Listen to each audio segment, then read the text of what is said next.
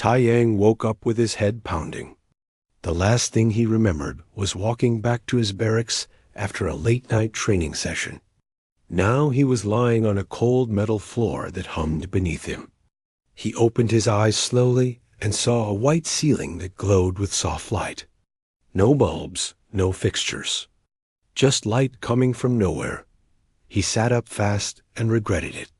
His stomach turned and his vision blurred. When things cleared, he saw he wasn't alone. There were 19 other people in the room with him. All of them looked confused and scared. Some were still unconscious on the floor. Others sat against the walls, staring at nothing. A woman in torn medical scrubs moved from person to person, checking pulses and looking into eyes. She had short black hair and moved with practiced efficiency despite the fear on her face. When she reached Taiyang, she pressed 2 fingers to his wrist. Pulse is strong. Pupils responsive. How do you feel? She asked. Like I got hit by a truck. Where are we? Taiyang looked around the room. It was rectangular, maybe 30 feet long, with smooth walls that had no visible doors or windows. I don't know. I was in Syria with a medical team. Then I was here. The woman sat back on her heels. I'm Hannah, Taiyang. He stood up slowly, using the wall for support. Anyone else awake? A man with grease-stained hands raised his arm. Yoon, engineer. I was on the orbital station working on solar panel repairs. Then nothing. Then here. A younger woman with glasses spoke up from the corner. Minji, biochemist. I was in Antarctica studying extremophile bacteria in subglacial lakes. Her voice shook. This doesn't make sense. None of this makes sense. Taiyang counted heads. 20 people total. Different ages, different clothes, different backgrounds. He had done enough classified work to know what this looked like. We've been taken, abducted. Question is by who and why. Before anyone could respond, a section of the wall simply vanished. Not slid open, not dissolved, just stopped being there. Beyond it stood something that made everyone in the room freeze. Thought it was roughly humanoid in shape, but that's where the similarity ended. It stood 7 feet tall with gray skin and had a faint blue tint. Its head was elongated, with large black eyes that didn't blink. It had 4 fingers on each hand and wore some kind of form-fitting suit that looked like metal, but moved like fabric. Behind it stood 3 more of the same creatures. They didn't carry visible weapons, but Taiyang's instincts screamed danger. The first creature raised 1 hand. When it spoke, the sound came from everywhere and nowhere. Do not be alarmed. You are aboard the Eternal Vigilance. I am Commander Velix of the Valtheon Empire. Let us go. Taiyang stepped forward. Whatever this is, we didn't agree to it. That is regrettable, but necessary. Velix tilted his head in a way that looked wrong. We have studied your species for some time. You possess qualities we require. A large section of the wall changed, becoming a window or a screen. It showed space. Real space with stars that looked too bright and too many. And in the middle of it all was a blue-green planet that Taiyang recognized immediately. Earth, Minji whispered. Yes, your homeworld. A young planet with a young species. Velix gestured, and the image changed. Now it showed a different planet, one covered in dark structures that looked organic and wrong. This is Korvac 7. It was a Valtheon mining colony. 3 million citizens. Now it belongs to the Chromoth. The image zoomed in. The structures moved. They weren't buildings. They were alive. Massive insectoid creatures swarmed across the surface, tearing apart metal structures and consuming everything. They were the size of tanks, with too many legs and mouths that split open in 3 directions. Several people in the room made sounds of disgust or fear. Hana's face went pale, but she kept watching. The Chromoth swarm has been expanding for 12 cycles. They consume entire planets. They adapt to any weapon we use against them. We have lost 17 worlds and countless ships. Velix's black eyes reflected the light in an unsettling way. We are losing this war. What does that have to do with us? Yoon asked, though Tai Yang suspected they all knew the answer. We need soldiers, warriors. Your species shows remarkable qualities. High pain tolerance, rapid adaptation, aggressive territorial behavior, emotional attachment that drives you to fight beyond logical limits. Velix gestured again, and the image changed to show humans. Soldiers in combat. Athletes pushing their bodies to failure and beyond. People running into burning buildings to save strangers. You want to turn us into weapons? Tai Yang said flatly. Yes. Velix showed no shame or hesitation. We will train you, enhance you, deploy you against the Chromoth. In return, we will not strip mine your planet for resources, which was our original plan. The room erupted. People shouted questions and threats. Someone threw a shoe at Velix, which bounced off an invisible barrier 3 feet in front of him. Hannah stood slowly, her hands clenched into fists.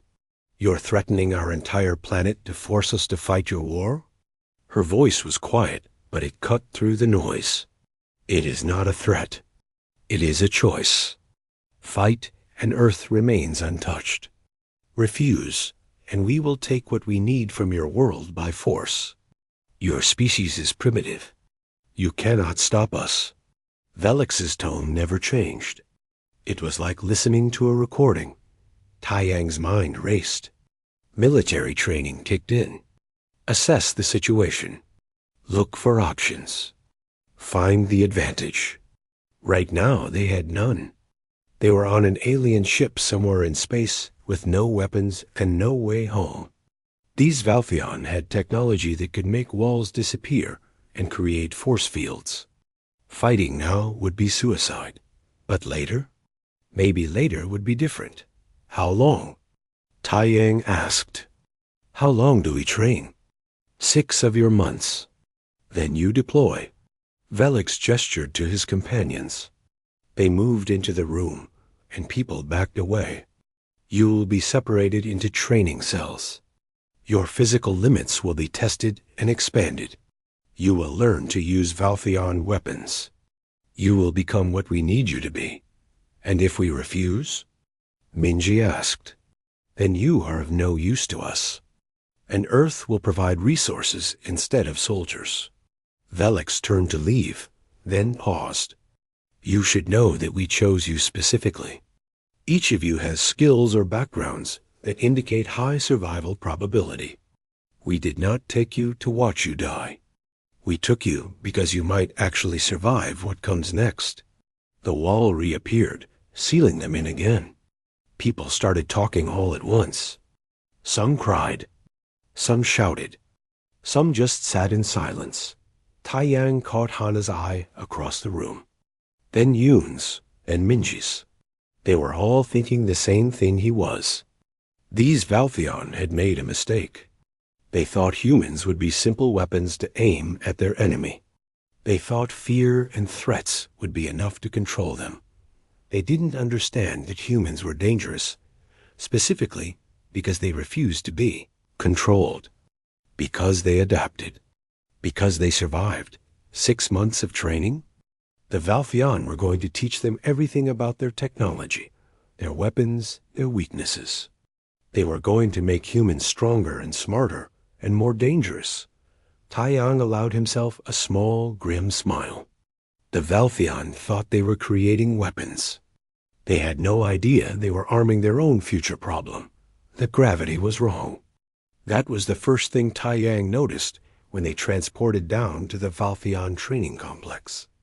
Each step felt heavier, like someone had added 30 pounds to his body. His knees protested, and his breathing came harder around him. The other 19 humans struggled with the same problem. Some stumbled.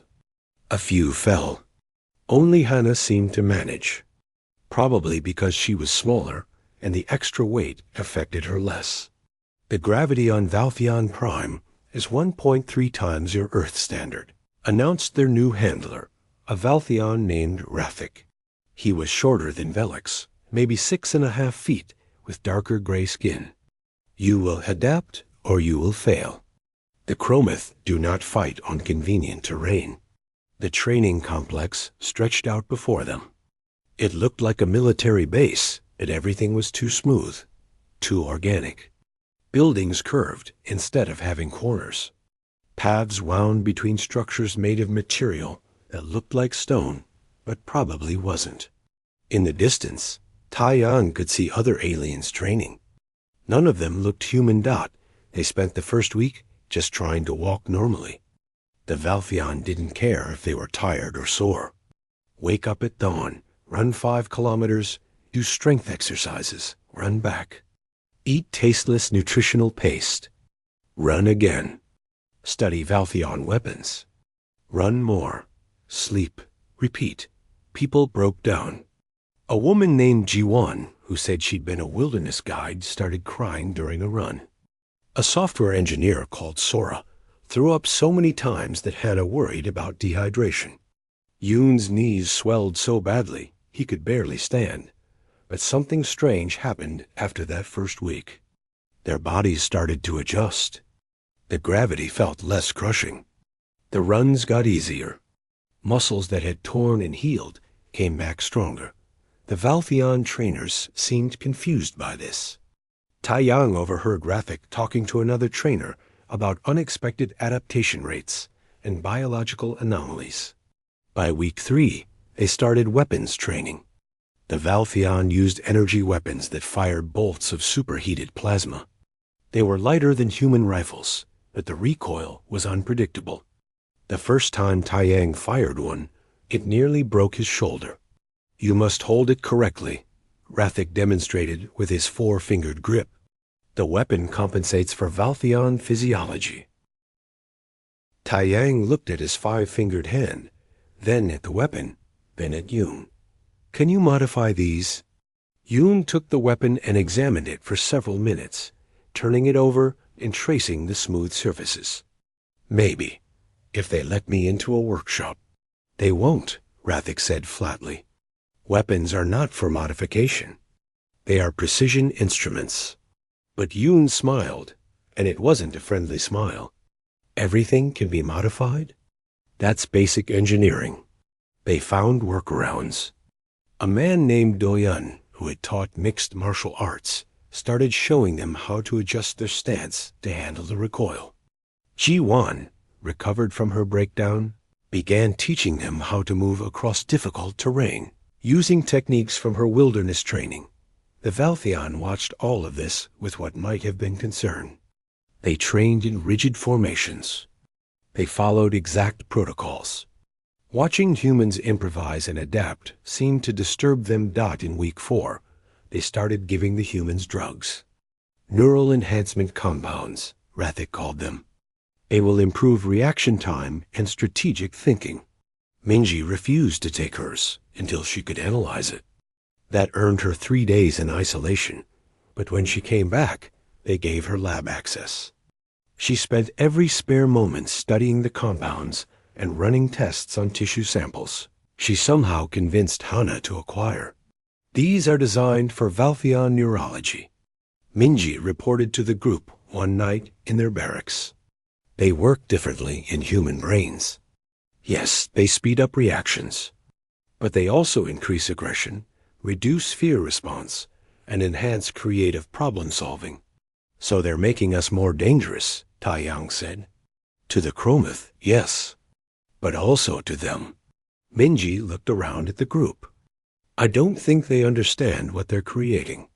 The Valtheon certainly didn't understand human humor. During one particularly brutal training session, where they had to clear a mock battlefield filled with holographic Chromath, Doyun started making jokes.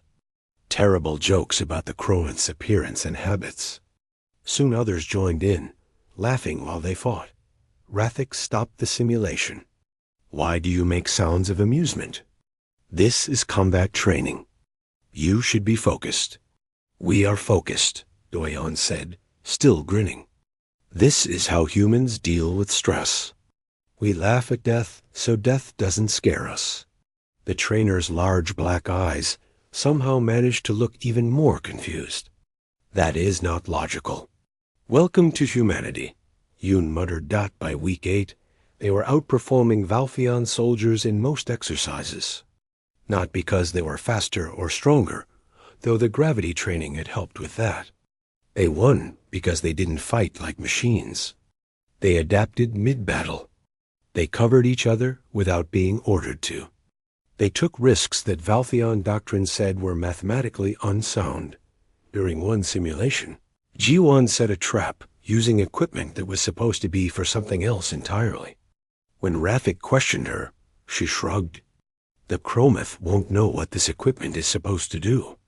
They'll just know it explodes. Sora managed to hack into basic Valfion systems by week 10. She said the security was good, but predictable. They think in straight lines. They don't expect someone to come at a problem sideways. She started showing others what she learned. Soon several humans could access files they probably weren't supposed to see. That's how they learned the truth about the war. The Chrometh weren't just winning. They were dominating. The Valfion had lost more than they'd admitted. Entire fleets destroyed. Colonies consumed. Billions dead.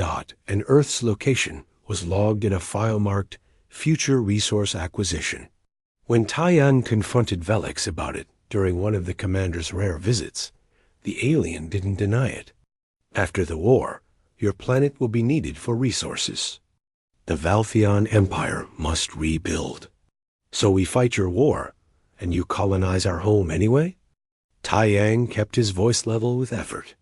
That was always the plan. You were never allies.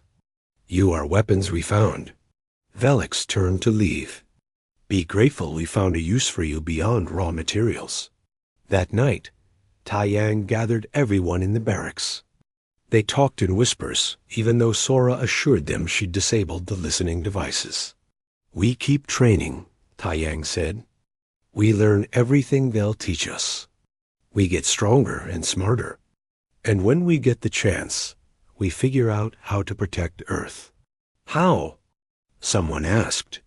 I don't know yet, but we will. Taiyang looked at each person in the room. They think they made us into weapons. We'll let them keep thinking that. Right up until we prove them wrong. Week 24 arrived. 6 months gone. They'd buried 3 humans who didn't make it through training. The rest stood in formation as Commander Velix addressed them. You have completed basic conditioning. Tomorrow you deploy to Korvax 7. The Chrometh hold the southern continent. You will take it back. Velix's expression never changed. Many of you will likely die. Try to kill as many Chrometh as possible before you do. The humans didn't respond. They just stood there, stronger and harder than they'd been 6 months ago. Taiyang caught Hana's eye. She nodded slightly. They were ready, not to be weapons, but to survive. And surviving was what humans did best. Korvax 7 smelled like death and chemicals. The atmospheric processors on their environmental suits filtered most of it, but Taiyang could still taste something bitter at the back of his throat. The sky was orange-brown, thick with dust and toxins the Chrometh released as they consumed the planet. 20 humans and 400 Valfion soldiers stood on the landing pad of the last secure outpost on the southern continent. Beyond the defensive walls, the landscape was a nightmare of organic Chrometh structures and ruined Valfion buildings. Everything the Chrometh touched turned dark and wrong. The Valfion battalion commander, whose name translated to something like strict order, gave them their assignments. The humans would be divided into 4 squads of 5, each attached to a Valfion company. They would follow Valfion tactical doctrine. They would not deviate from approved strategies, Taiyang listened and said nothing. Around him, the other humans did the same. They'd learned when to argue and when to wait. The first attack came. 6 hours later, the Chromoth didn't scout or probe defenses. They just came in a massive wave, thousands of them pouring over the rubble like a living flood. Each one was the size of a small car, with armored carapaces that reflected weapons fire and mandibles that could tear through Valtheon armor. Hold position. Strict order commanded. Fire in coordinated volleys. Maintain formation. The Valtheon soldiers obeyed perfectly. They stood in neat lines and fired their plasma weapons in synchronized bursts. It was efficient and orderly, and completely wrong for this situation. The Chromoth adapted in real time. They started dodging the synchronized fire patterns. They focused on the gaps in formation. They were going to overrun the position in minutes. Taiyang made a decision that might get him killed. All human units, break formation. Aggressive counterattack on my mark. He didn't wait for approval from strict order. Now! 20 humans charged forward into the Chromoth swarm, while 400 Valtheon soldiers watched in what might have been shock. Taiyang fired his plasma rifle, not in controlled bursts, but in rapid succession, aiming for the leg joints where the Chromoth armor was weakest. Beside him, Doyan used his weapon like a club when a Chromoth got too close, smashing it with enhanced strength from their training. Jiwan threw improvised explosives made from equipment she'd modified. Sora used a scanner to identify Chromoth communication nodes and targeted them first. It was chaos. It was messy. It was completely illogical by Valtheon standards. It worked. The Chromoth hive mind couldn't adapt to unpredictable attacks coming from random angles. Their tactics were based on overwhelming organized defenses. When those defenses suddenly attacked back with no pattern or coordination, the Chromoth faltered. Within 20 minutes, the swarm retreated, leaving hundreds of dead Chromoth behind. Taeyang walked back through the defensive lines. Every Valtheon soldier stared at him. Strict order looked like he wanted to say something, but couldn't find words. Human tactics, Taiyang said simply, works better against adaptive enemies. Over the next 2 weeks, the Valtheon learned to stop fighting the way humans operated and started supporting it instead. They provided covering fire, while humans did impossible things like climbing Chromoth structures or setting traps in collapsed buildings. Hana set up a field hospital that violated every Valtheon medical protocol. She used improvised tools and unorthodox procedures. Valtheon doctors were horrified. But wounded soldiers kept living when they should have died, so they stopped complaining. A geologist named Nari studied the Chromoth tunnel networks and found weak points the Valtheon scanners had missed. When asked how, she said, "I read rock for a living. These tunnels are unstable. Anyone with field experience could see it." The Valtheon had perfect instruments, but no field experience. They'd never needed it before. Yoon taught Valtheon engineers how to modify equipment for combat conditions. "Your design is perfect for ideal situations," he explained. "But combat is never ideal. You need tools that work when everything is broken and on fire." By the end of week 2, the southern continent was 50% cleared. The Valtheon High Command sent observers to document human tactics. Taiyang saw them watching from a distance, their large eyes tracking every move, and the Chromoth adapted. It happened during a night assault on a Chromoth breeding structure. The mission was going well until the Chromoth released a sonic attack that paralyzed most of the Valtheon soldiers. It was targeted at their specific auditory range, but human ears heard different frequencies. Taiyang's head hurt and his vision blurred, but he could still move. Around him, other humans staggered but stayed on their feet. "Cover your ears. Cloth, foam, anything," Hana shouted. She was ripping strips from her uniform and packing them into her ears. Others copied her. The makeshift protection helped enough. While Valtheon soldiers lay helpless, 20 humans fought off the Chromath counterattack and completed the mission, dragging paralyzed Valtheon to safety. When Strict Order recovered, he found his entire battalion had been saved by the same humans he'd planned to use as expendable shock troops. He approached Tai Yang with what might have been respect. "You saved our lives," the commander said. "We're all fighting the same enemy," Tai Yang replied. But he was thinking about that file Sora had found. Future resource acquisition. Earth. Not everyone survived. They lost a man named Hajun, who ran into a collapsing Chromath structure to rescue trapped Valtheon soldiers. The building came down on him. By the time they dug him out, it was too late. The Valtheon seemed confused by the human reaction. The other humans insisted on recovering Hajun's body. They held a ceremony. They cried. "He was a soldier," Strict Order said. "Death is a statistical probability in combat." "He was a person," Hana said quietly. "He had family, friends, people who loved him. We don't leave our people behind. We don't forget them." The Valtheon had no response to that. 3 others died over the following weeks. Each time, the humans mourned. Each time, the Valtheon watched with something that might have been incomprehension. After 6 weeks, the southern continent was secured. The Chromath had been pushed back with fewer casualties than any previous Valtheon operation. Commander Velix arrived to inspect the battlefield. He walked through the ruins with Tai Yang, stepping over Chromath corpses and damaged equipment. "You fight effectively. More than we projected. We're good at killing things when we need to be," Tai Yang said. He was tired. Everyone was tired. But they were alive. "The High Command is pleased. More humans will be recruited from your planet. We will expand this program."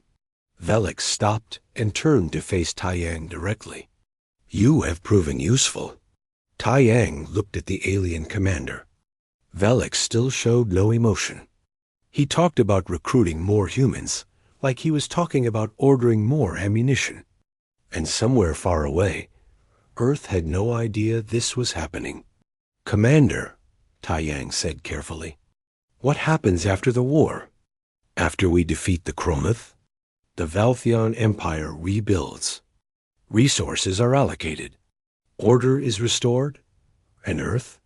Velix tilted his head in that unsettling way.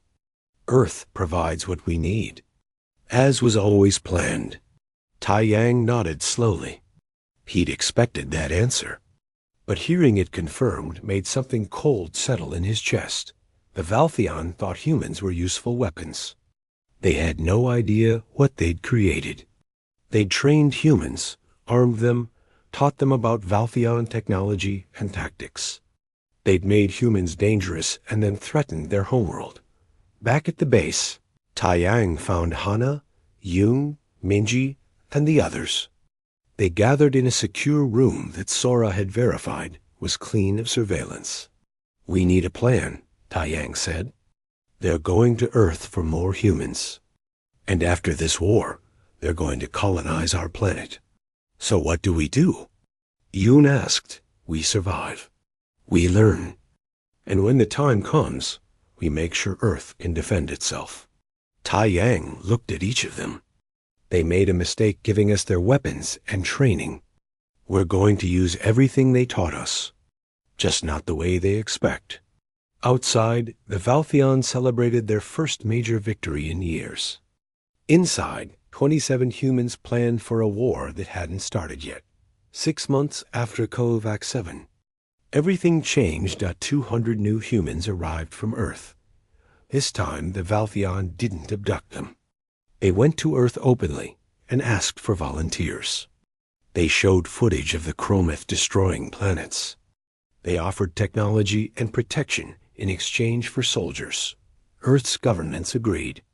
Some out of fear, some out of greed, most because they saw aliens and panicked. Taiyang met the new arrivals at the training complex. They looked at him with a mixture of awe and fear. He'd been in combat for months. It showed in his scars and the way he moved, always watching, always ready. "You volunteered?" he asked a young pilot named Seojun. "They said Earth was in danger, that we needed soldiers." Seojun looked around at the alien architecture. "Is it true? Are we fighting to protect Earth?" Taiyang wanted to tell him the truth, that the Valtheon planned to strip mine their planet after the war, that humans were weapons, not allies. But the kid needed to survive training first. Focus on learning everything you can. Stay alive. We'll talk after. The Valtheon had studied human tactics from Korvax 7. They started incorporating human-style aggression into their training programs. But it didn't work with their own soldiers. Valtheon were too methodical, too bound by doctrine. They could understand human tactics intellectually, but they couldn't execute them. So the Valtheon started deploying humans everywhere. Every major battle now had human advisors. The humans became essential to the war effort, and the war was changing. The Chromath were adapting faster than before. Minji had predicted this. She'd been studying captured Chromath specimens and found they evolved in real time, passing genetic information through their hive mind. "They're learning from us," she reported to Taiyang after examining a new Chromath variant. "This one has sensory organs tuned to human movement patterns. They're creating specialist forms designed to hunt humans specifically." On the Helian front, Taiyang witnessed the new reality firsthand. A Valtheon general named Cold Calculation ordered a retreat during a critical battle. The order came so suddenly that human units were left exposed. Facing a Chromath counterattack alone, 7 humans died buying time for the Valtheon withdrawal. Taiyang found Cold Calculation in the command center after the battle. "You left us out there?" "Tactical necessity. The cost of losing the Valtheon units was higher than the cost of losing human units." The general showed no concern. "You are replaceable. Our trained soldiers are not." Something snapped in Taiyang. He grabbed the general by his uniform and slammed him against the wall. Valtheon guards rushed forward, but stopped when they saw the look in Taiyang's eyes. "We're people. Not bullets. Not bombs. People." Taiyang released the general and stepped back. "Remember that." He reported the incident to Commander Velix, expecting punishment. Instead, Velix looked at him with those expressionless black eyes and said, "You are weapons that we aim at our enemies. Your feelings about this are irrelevant." That night, Taiyang gathered the core group. Hana, Yoon, Minji, Doyun, Sora, Nari, and a few others he trusted completely. They met in a storage bay that Sora had made secure. "We need to talk about what happens next," Taiyang began. Before he could continue, Sora pulled up a holographic display. "I've been digging deeper into Valtheon files. Look at this." The display showed star charts of Earth's solar system. Marked in Valtheon symbols were mining sites, resource calculations, and population management projections. "They're planning on Earth before the war even ends," Sora said. "They'll evacuate who they want to keep as workers." The rest ... double quotes she didn't need to finish. "We have to stop them," Hana said. "We have to warn Earth. And how do we do that?" Yoon asked. "We're thousands of light years away. We have no ships. No way to communicate across that distance." "We could steal a ship," Doyan suggested.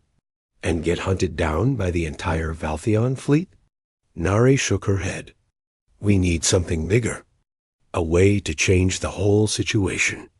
Minji had been quiet, thinking. Now she spoke. "What if the Chromath aren't what the Valtheons say they are?" Everyone looked at her. I've been studying them for months. Their biology, their behavior. Something doesn't add up. Minji pulled up her own research. They're not conquerors. Look at their colony structures. They're not designed for long-term occupation. They're designed for rapid resource extraction and reproduction. So they're locusts, Taiyang said. No, locusts move because of instinct. The Chromoth are intelligent. They're running from something. Minji showed genetic analysis. They're stressed, desperate. Every generation shows signs of rapid forced evolution. They're not trying to conquer the galaxy. They're trying to survive. A linguist named Yunji, who'd been working on Chromoth communication patterns, nodded. I've been finding structure in their signals. Complex structure. They're not just coordinating attacks.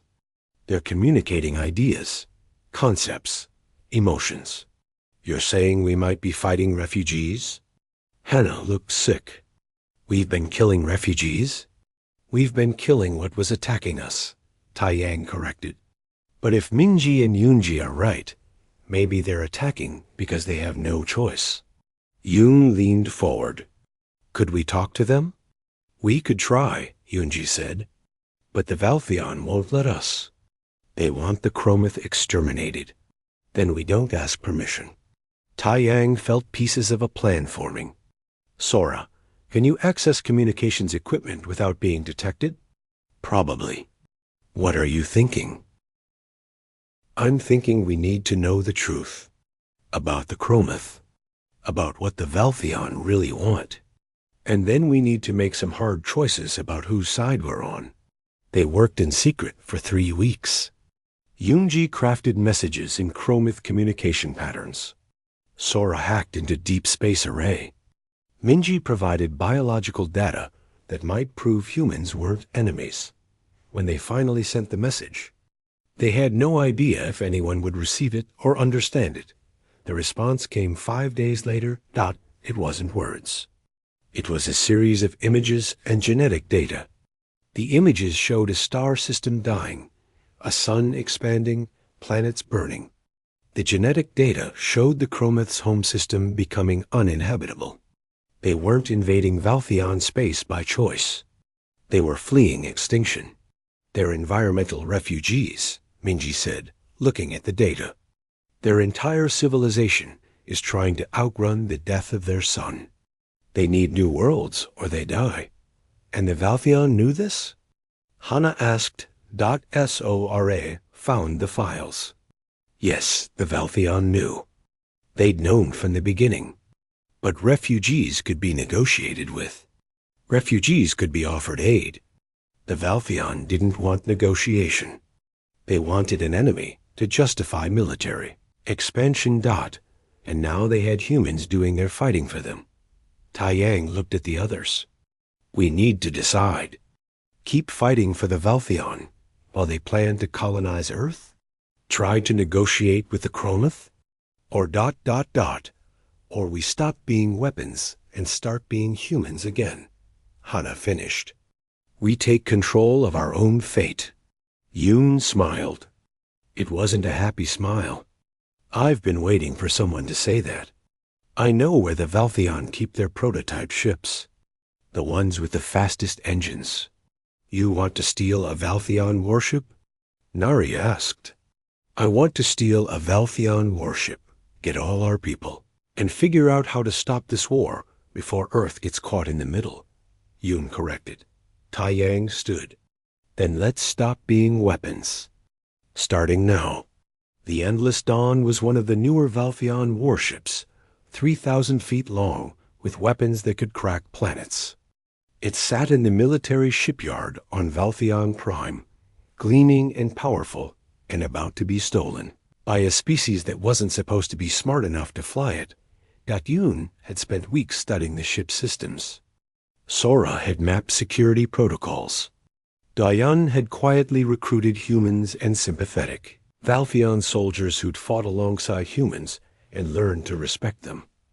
On the night they made their move, Taiyang led a team of 50 humans onto the ship. They wore Valtheon uniforms that Nari had acquired through methods she refused to explain. They moved with confidence, like they belonged. The skeleton crew on board didn't question them until Taiyang walked onto the bridge and pointed a plasma rifle at the captain. "I need you to lead the ship," Taiyang said calmly. "We're taking it. You can go peacefully or we can stun you. Your choice." The captain, a Valtheon named something unpronounceable, stared at him. "This is mutiny. You will be hunted across the galaxy. Probably. But we're good at surviving. Now please leave my ship." The Valtheon crew evacuated. Taiyang felt bad about it until he remembered how many humans had died fighting the Valtheon's war while the Valtheon planned to colonize. Earth.Yung took the engineering station. Sora handled communications. Siajun, who turned out to be an exceptional pilot, took the helm. Within 20 minutes, the endless dawn was lifting off. Alarms screamed across Valtheon Prime.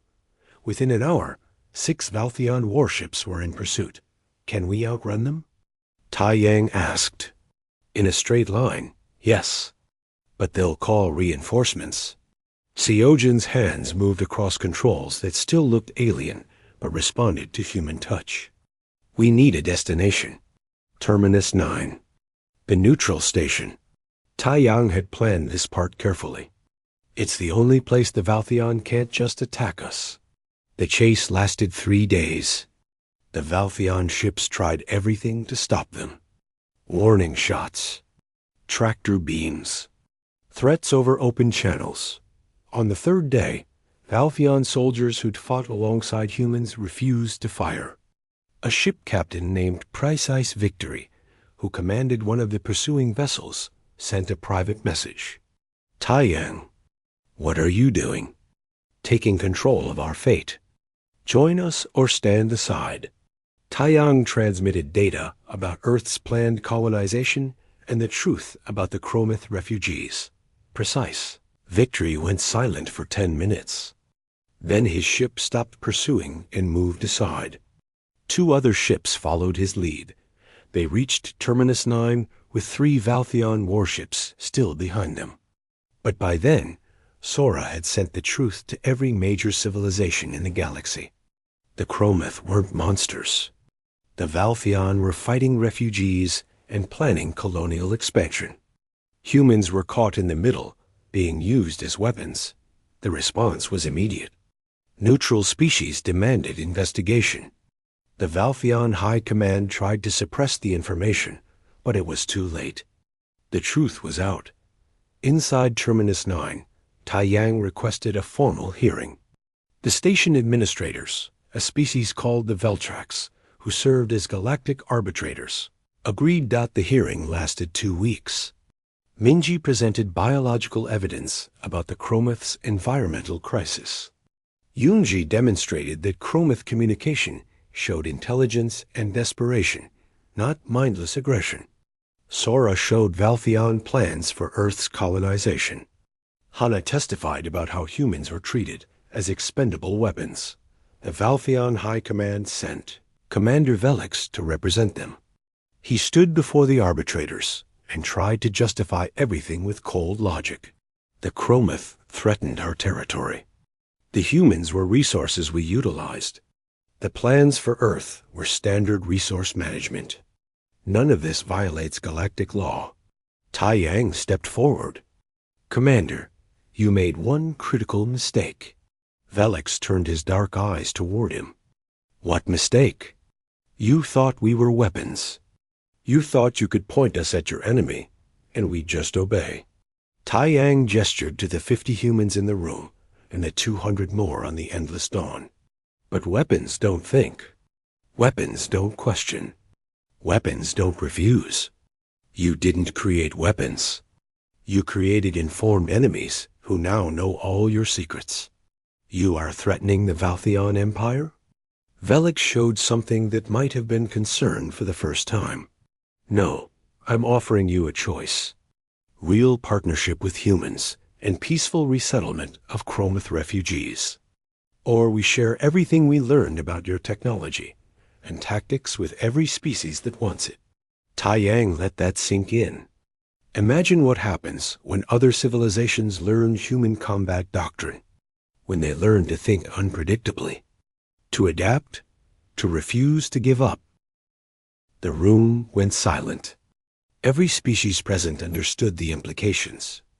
The Valfion had military superiority because they were organized and advanced, but against enemies who fought like humans, who refused to follow predictable patterns. Velix looked at Tai Yang for a long moment. Then, slowly, something changed in his posture. What partnership do you propose? The negotiations took another month. In the end, they brokered a three-way agreement. The Chromoth would receive 3 uninhabited worlds in neutral space suitable for colonization. The Valfion would provide the technology to make those worlds habitable. Earth would be designated as protected space, off limits to all alien contact except by human invitation. Humans who wanted to return to Earth could go home. Those who wanted to stay and work with the Valfion as true partners, not weapons, could join the new human liaison corps. Most went home. Tai Yang stood on the observation deck of a transport ship, watching Earth grow larger as they approached. It looked impossibly blue and beautiful after so long away. Hana stood beside him. Do you think Earth is ready for the truth? That aliens exist and some of them wanted to colonize us? No, but they need to know anyway. Tai Yang thought about everything they'd been through. We brought back technology, weapons, knowledge, enough to defend ourselves if anyone tries what the Valfion planned. Yoon joined them, looking excited for the first time in months. I've already got plans for defense satellites using modified Valfion technology. Earth won't be vulnerable again. 57 humans stayed with the liaison corps. Taiyang, Hana, Minji, and a few others chose to remain in space, working to make sure the peace held. They had apartments on Terminus 9 now, real homes instead of barracks. 5 years later, Taiyang sat in a cafe on Terminus 9's market level. Across from him sat Commander Velix, who'd left the Valfion military to work with the liaison corps. You are right, Velix said, sipping something that looked like tea but smelled like metal. We made a mistake trying to use humans as weapons. You made several mistakes, Taiyang corrected. But the biggest one was thinking we'd let you. What do you mean? You gave us training, technology, access to your systems. You made us dangerous, and then threatened our home. Taiyang smiled. Did you really think we wouldn't use everything you taught us to protect ourselves? Velix tilted his head in that way that no longer seemed so alien. I believe now that humans were never meant to be weapons at all. You were meant to be teachers. Teachers of what? That strength without wisdom is brittle. That rigid systems break under pressure. That the most powerful force in the universe isn't technology or firepower. Velix paused. It's the refusal to accept defeat when you're fighting for something you love. Taiyang thought about Earth, safe now behind defense systems built from stolen alien technology and human ingenuity. He thought about the Chromoth, rebuilding their civilization on new worlds. He thought about the 57 humans scattered across the galaxy, making sure everyone remembered what happened when you tried to use humanity as a weapon. We weren't made to be weapons, Taiyang agreed, but we're very good at making sure no one forgets we could be if we had to. Outside the cafe, the galaxy moved on. Trade routes opened. Species mingled. Peace held, enforced not by threats, but by the understanding that some problems couldn't be solved by force alone. And on Earth, defense satellites watched the stars with human stubbornness, daring anyone to try what the Valfion had tried. The message was clear. Humanity had joined the galaxy not as weapons or victims, but as partners who would fight like hell if you tried to make them anything else. The power that defied all logic wasn't that humans were strong, or fast, or technologically advanced. It was that they refused to be defined by anyone else. They refused to be used. They refused to give up. That refusal changed everything.